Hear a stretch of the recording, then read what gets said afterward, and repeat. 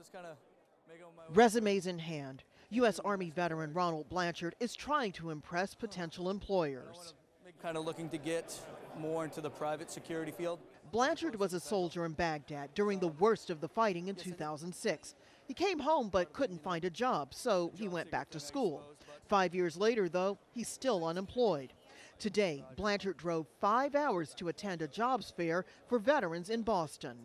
I think the country does owe a little bit to us to help us get on our feet. The tough economy has made it even harder to get a job, and the skills learned in the military aren't always valued in civilian life. The Obama administration is trying to encourage businesses to hire veterans. State and local officials are doing so as well.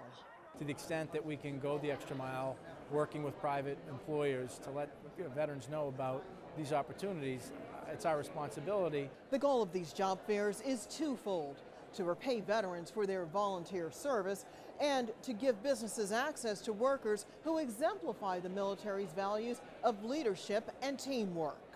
The Chamber of Commerce, which is sponsoring this job fair, sees its role as shoring up both the economy and national security.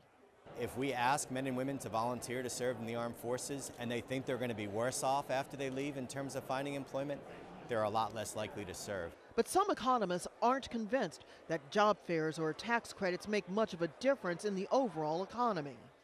It helps the veterans move to the front of the queue to get a job, but it doesn't really increase the number of jobs available in total for all of the unemployed. Blanchard doesn't regret his 3 years in the Army, but he's still a young man who wants to take care of himself.